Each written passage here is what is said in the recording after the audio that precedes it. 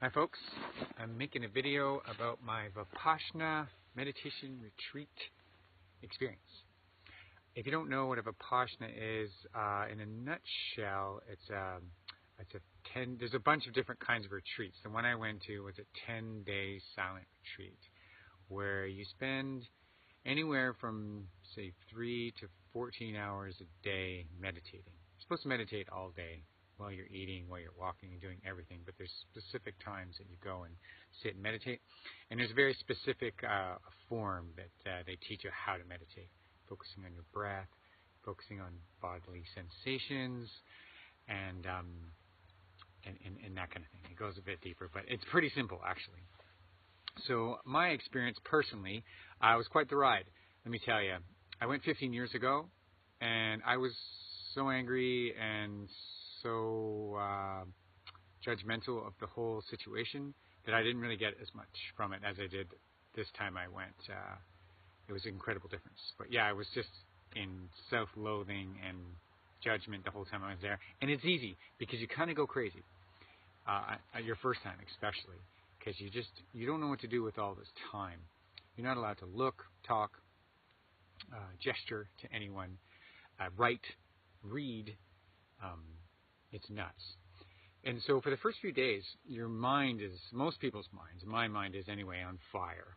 I spent 25 years meditating. I go in the bush for 3 to 9 days, and I mostly meditate.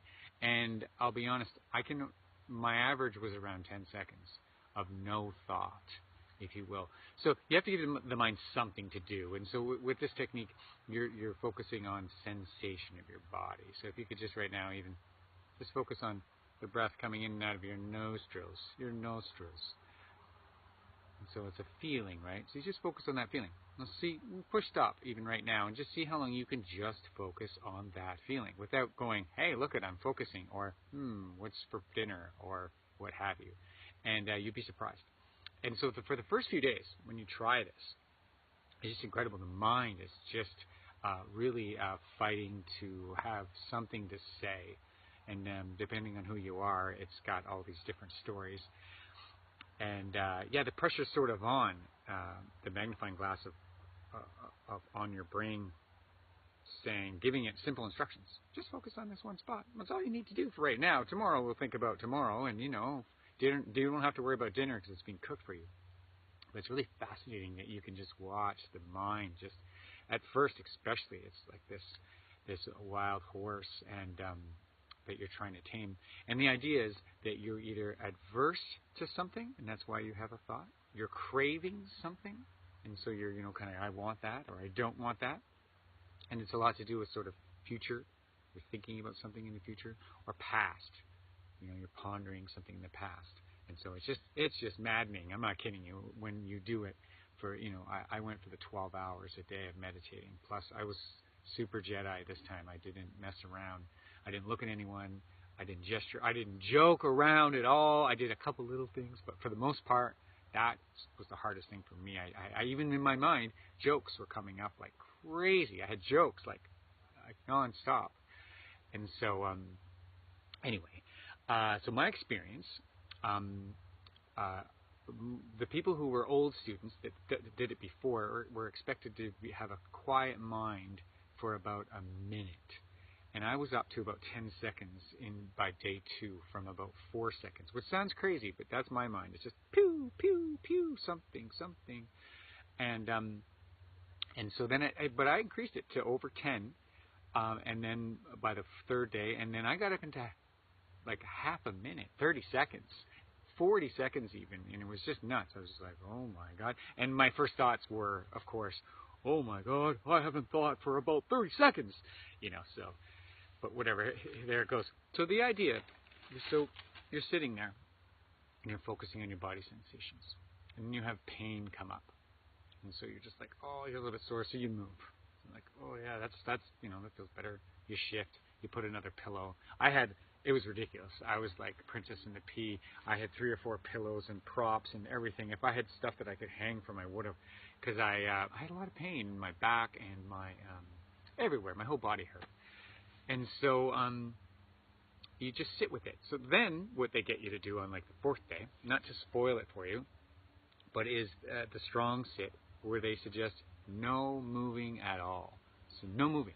You just sit and you don't scratch. You have an itch, and it starts to itch a bit more, and then it starts to burn, and it's like itch, and then your knee is sore, your leg is sore, whatever it is. And so the idea behind this is the mind is reacting to stimulus, is reacting to something. And so at first, when you're a beginner, it overreacts is the idea. And you're like, oh my God, I gotta move, why can't I move? And then it makes the pain increase. And so it's just like, it gets tighter and tighter. And so the advice is different things that they suggest. That you focus it on it being, say, an element. Like, ooh, that feels warm. Yeah, that's warm. And your mind is going, it's not warm. It's insanely painful. We must move now. And you're like, no. It's just, I'm observing the sensation, and it's, okay, it's hot. I'll give you that. It's hot. There's a hot sensation in my thigh. Okay. And then the whole cliche in the hippie world is that this will soon pass. This too will soon pass. Which all things do, right? Everything passes. That's the one thing, the one constant is change. And so it sounds kind of hippie, but when you're in that moment, and you're sitting with this pain, if you will. I'll give you my experience. I had a pain right in my hips, right in my sit bone, like crazy amount of pain, like nuts. And what I noticed was I kept shifting. After 20 minutes, half an hour meditating, I had to straighten myself up. I didn't realize till later one of my feet is longer than the other. One of my legs is longer than the other. My feet too, and it's because my hips are a little bit displaced, just a tiny bit. And so it was sort of doing this sort of deal. And so anyway, that was like rocking on it, and putting a lot of pressure that was already there, right? So there's a lot of, I've got something going on. It's an old story. I won't get into it.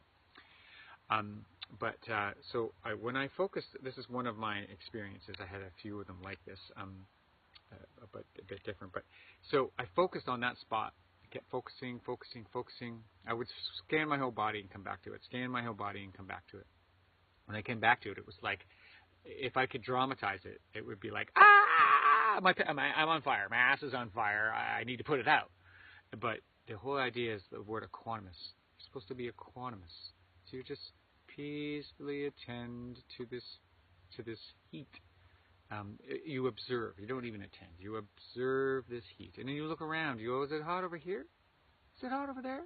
Oh, yeah, it starts to get warmer. Oh, there it is, right in the middle there. Oh, yeah, that's hot. What about over to the side? No, not so much. No. Oh, there it is. And you're just playing around like this. It's maddening. So the idea is that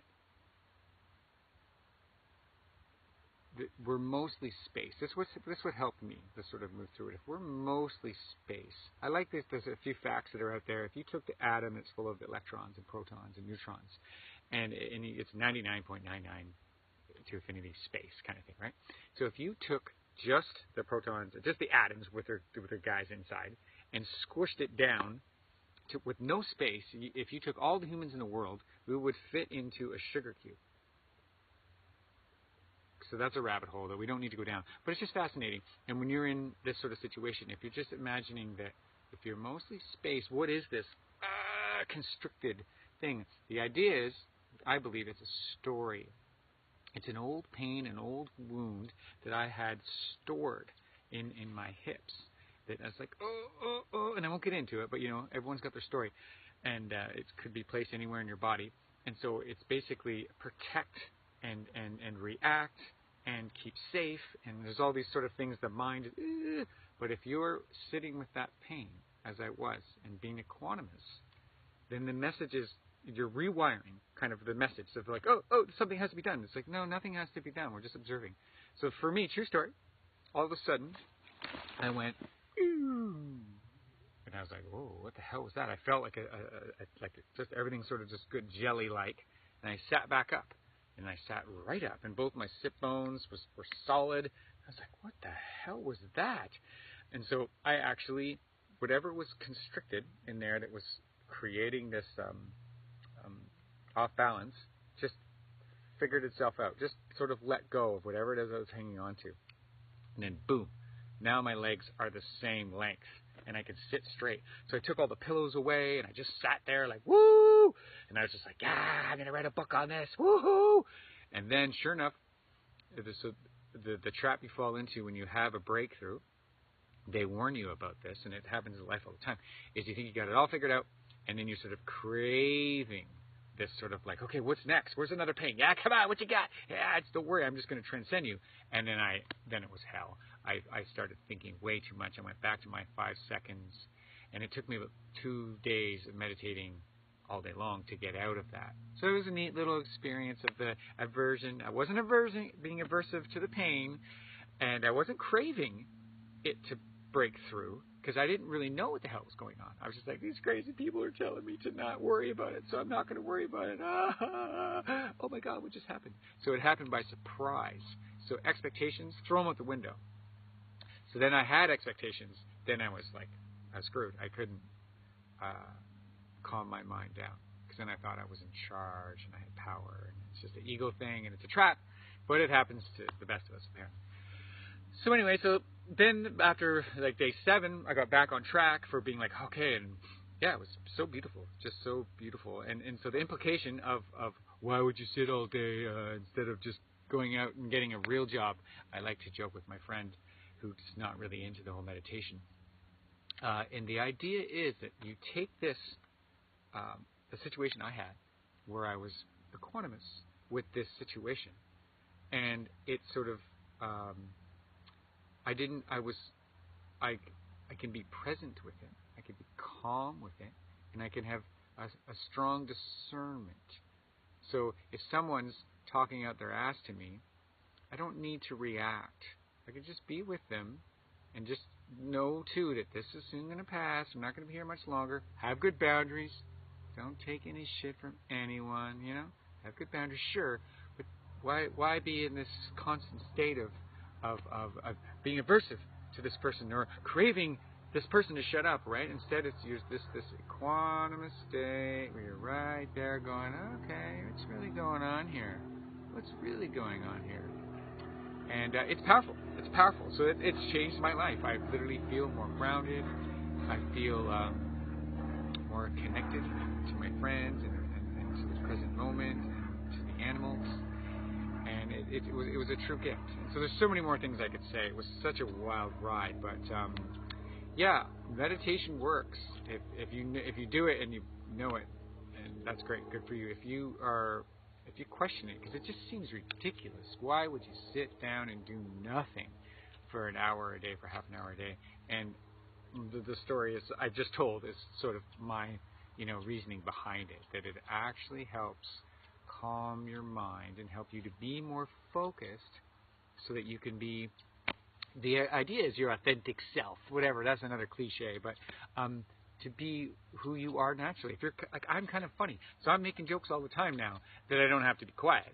And so if Buddy's an artist and he or she wants to create something, then you can be more creative. If you're being a parent and you're dealing with kids that are obnoxious or whatever, that you can be more present and attentive and nurturing, and as well as a discipline, as well as balancing the discipline at the same time, instead of again reacting. So anyway, that's a pretty long video, but yeah, I wouldn't suggest anyone go do a Vipassana. It's a freaking nightmare. I'm probably going to go again with my beloved, because she wants to try it out, but it's a freaking nightmare. I wouldn't do it. But meditation on a daily basis will change your life. I promise you that. So I hope you're all well, and peace be with you.